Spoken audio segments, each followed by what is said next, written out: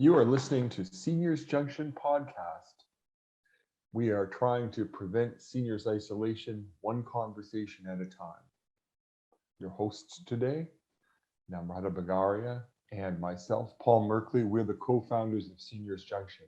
And our special guest today is Joe Poland, who is the owner of Cardinal Seniors Management. Welcome, Joe. Thanks for having me. I really appreciate it. Okay, could you start by telling everyone a little bit about who you are and what you do? Yep, my name is Joe Poland. I'm the owner of Cardinal Senior Management. We are a assisted living operator. We have two regions. We have a region in central Pennsylvania, and then we have another region in western Michigan. Our corporate offices are based in West Michigan, in the town of Grand Rapids, where I currently live with my wife and young son. We take care of roughly 700 seniors in assisted living communities that range in size from as small as 18 rooms to as large as 150 rooms. We've had experience both with assisted living and with memory care communities, and we have a staff of just over 600 who do 24/7, 365 care. For the residents that we serve. We work primarily with private pay individuals, but we do and are seeing a large expansion in our Medicaid government funded residents. And we feel both populations are in need of service, and the discussion today around isolation I think is very timely, especially coming out of the lockdowns and what we experienced during COVID. Thank you. Thanks, Joe. And building on what you just said, so in your experience, so where did you see social isolation? What were the pain points?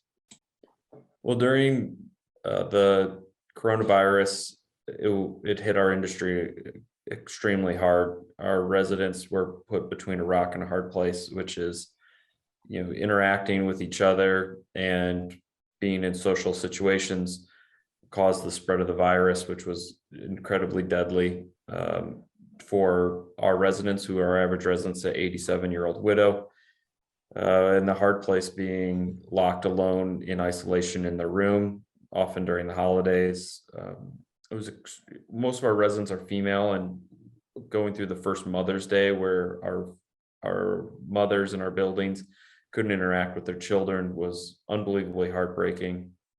I'm really proud of our staff who continue to show up during the pandemic against a lot of large challenges for them, and doing that to keep our residents safe and trying to fill in that hole that was left from the isolation of lockdown.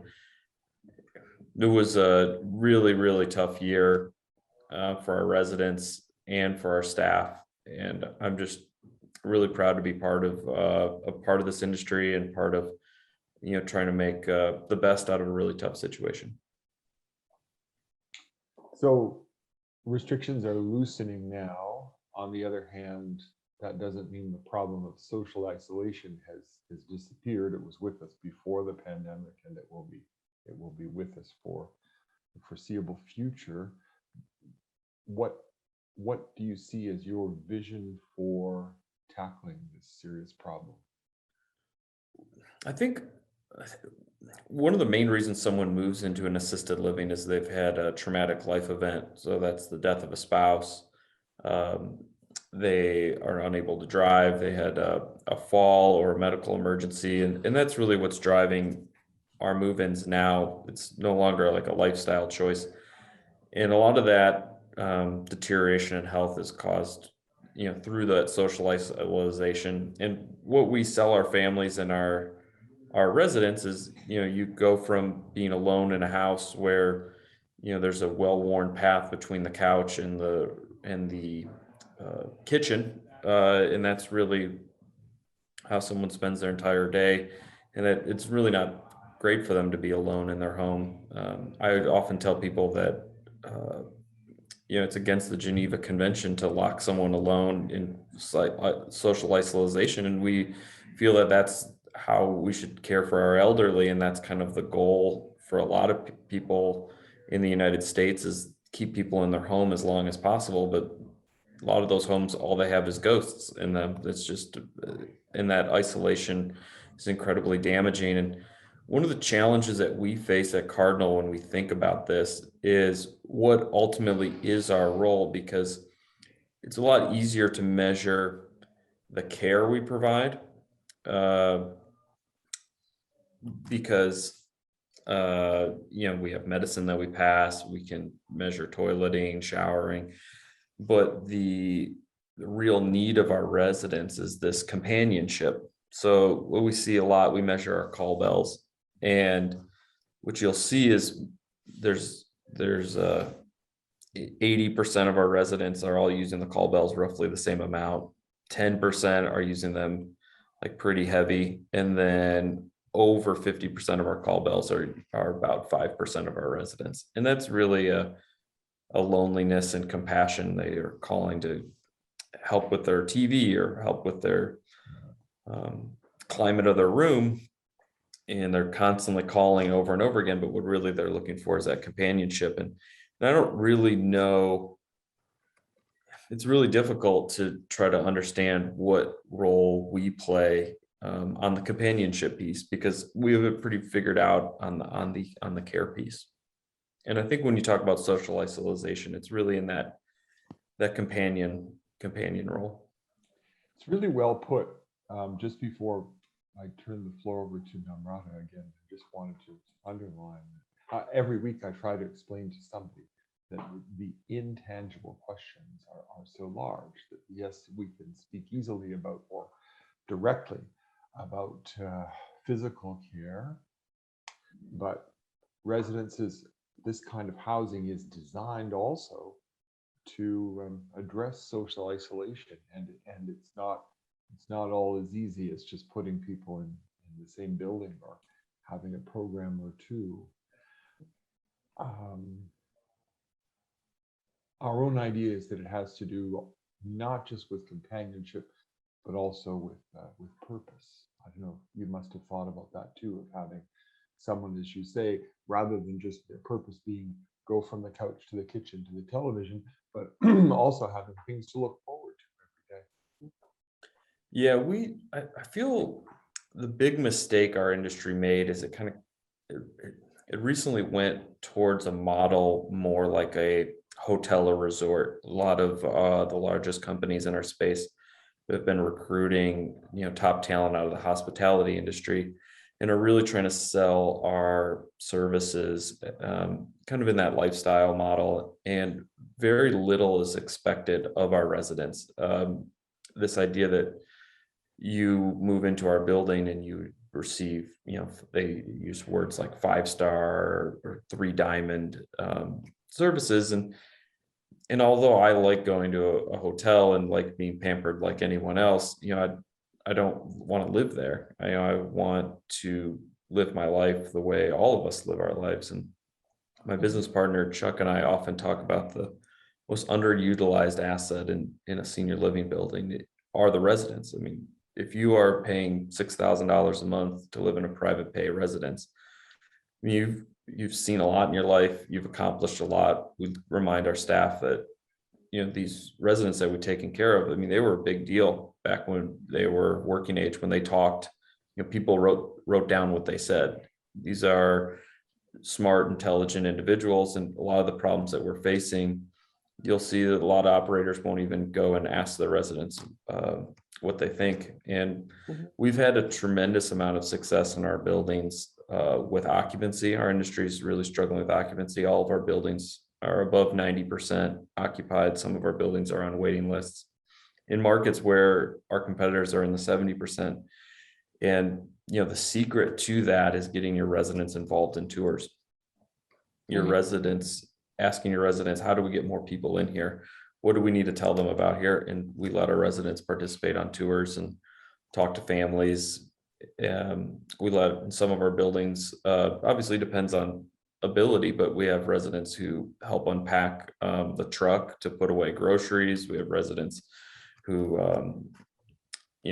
help do mail. we put our residents to work and in gardening and in other areas. And we really try to embody this idea that this is your home. And we are here to assist you in your home. This is not a hotel. This is not a country club.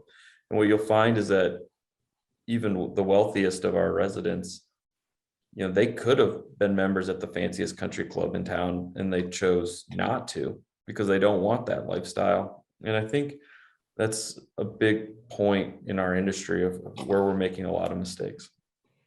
Thank you. I think that's really, really well put. And I think we've been interviewing a lot of people over this whole year, I think 40, 50 interviews. And we've learned a lot through many retirement home owners or through different startups or academicians.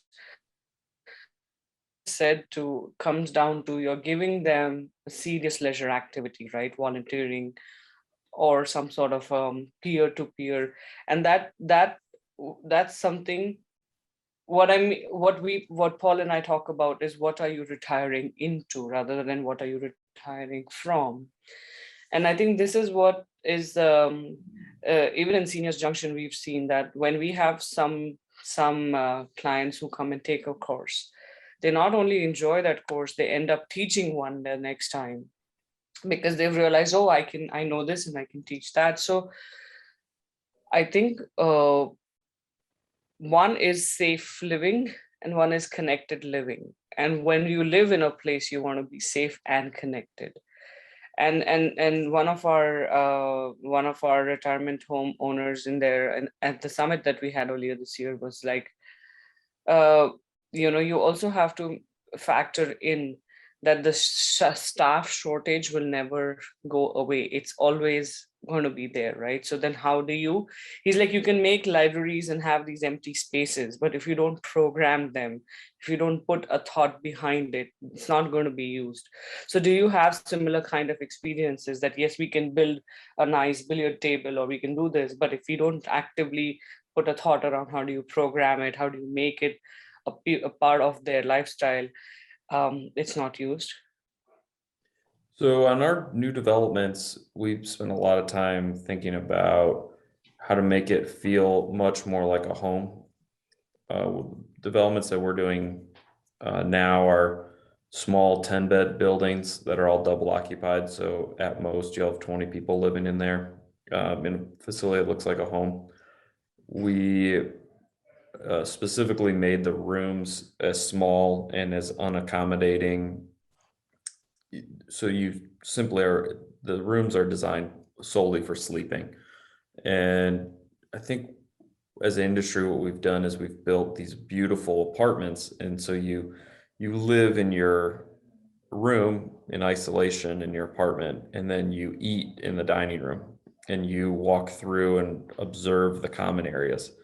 Our model is more of you sleep in your room and you live in your house, similar to how I live. And I'm guessing how the two of you live. You don't spend all day in your bedroom. You spend all day in your living room or your kitchen or your den or whatever your house setup is. And I think, our rooms, we do double occupied rooms that are less than 400 square feet. There's really only room for a twin bed, a nightstand, and an armoire. And then there would be two of each of those in the room. And what we've also been able to do with that model is drive down the cost. So if you spend less money building the building, you have less money to pay on your mortgage, you have less money going out for facilities and maintaining facilities, and then you can pass those savings on to the residents, because ultimately what we're dealing with in the United States is senior living is just simply too expensive for the people that need it. And I think we're probably going to eventually get into what challenges there are dealing with senior isolation. And I think the largest challenge in our industry that frankly no one wants to talk about is the affordability piece. That's simply what we're bringing online, and what our industry is used to charging is not even going to come close to handling the need that we're starting to experience right now. Yeah, I mean, thank you for bringing that up, because that was going to segue into this vision of having people living together, connected and safe now, because even with the virus, it's almost so supposed to be endemic in many situations. So what are the opportunities that you find with the affordability challenge? You mentioned you revamped your model, right? So you revamped how you house, but what are the other problems and then the opportunities that you found in that? I mean, the number one problem, to reiterate the point, is the affordability piece. You simply, I mean, our average assisted living in the United States is somewhere in the area of $60,000 a year. And that's simply not what you get in Social Security. It's higher than most pensions. It's more than what people have saved up. $5,000 a month is simply too expensive for assisted living care. Whatever solution there is in assisted living has to address the affordability piece, in my opinion. I think the opportunity is double occupied rooms, to be able to get more seniors into a building, so that helps spread out the costs and be able to drive costs down for residents. I think another opportunity is in the area of universal staffing. So instead of having separate departments and you would have an individual who would work with the seniors, they would do the housekeeping, they would do the cooking, they would do the care, take a much more holistic approach as opposed to a specialization approach to providing care for our residents. I think doing some changes in the dietary department, instead of treating dietary like a restaurant, to treat it more like a house. So serving meals family style, that would help in multiple areas. One, just a more connected way of eating, and then two, drives down the cost and food waste, and the cost to serve. To produce food family style is significantly less expensive. And then ultimately ask more of our residents. So having them do chores, having them participate around the building to keep their building clean, all focused towards the same goal, which is how do we lower the cost for our seniors. I think I'm frankly telling you, we've interviewed so many people, and this is by far one of the most beautiful, to the point, tangible answers that we've learned. So firstly, thank you for teaching us something we didn't know, because after 40 or 50 episodes, you feel like, okay, you're repeating and hearing the same things again and again. So this is very interesting, and I'm very grateful that I'm learning new things from you. Paul? And intelligent, a very intelligent analysis and a thoughtful approach. Yeah. So what advice would you have for our company? Frankly, the same advice I give almost everyone who wants to get into senior living is simply go talk to the residents. I mean, they're incredibly talented, smart, thoughtful people. I've learned so much in my life, and all the largest challenges I've faced in our business have been answered pretty easily by just going into the building, sitting there at mealtime and talking with residents, trying to, instead of guessing at what they want, simply asking them what it is that they want. And I'm fortunate enough to find a lot of joy in sitting with our residents. I've got a 4-year-old son. Him and I like to go visit and play and hang out, and that's where I always find the best answers for us at Cardinal. And so my guess is, or my advice is the advice I give myself, which is get in the buildings, talk to the residents. Thank you. I think this is the most practical. We can learn from what's happened with Seniors Junction for me. Is not just my professional life, my personal life has transformed. Because like, say we had one of the residents, one of them, like two of the residents of another home, they were 95 and 98, 95 and 98, or 93 and 98, Paul, in that range, in the 90s.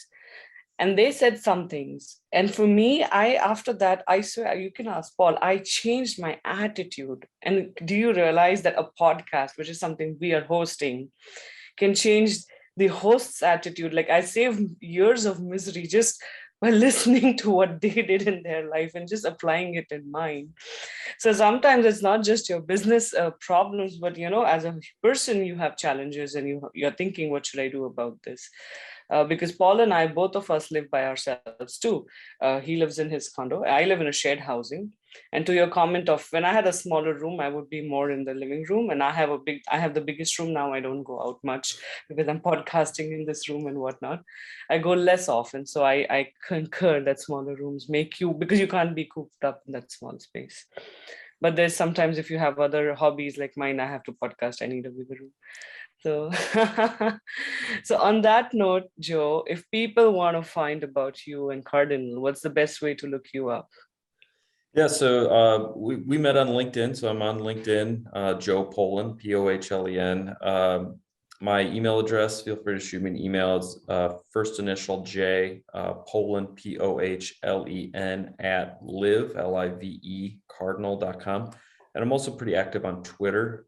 I tweet under my name, Joe Pohlen. So I'm on Twitter every day. So if anyone has any interest in connecting, I absolutely love talking seniors. I love talking about our business. I love talking about our residents and our staff. And if anyone finds himself in central Pennsylvania or West Michigan, now that we're starting to get near the end of the COVID restrictions and allow visitors, I love bringing people into the building. I'll buy you lunch at our building, and we could sit and chat with the residents and have a good time. Thank you. And thank you for being our guest for Christmas special. So I wish you a Merry Christmas and Happy Holidays. Thank you. Merry Christmas, Happy Holidays to the both of you. Thank you very much. Merry Christmas to all and Happy Holidays. Thank you for tuning in.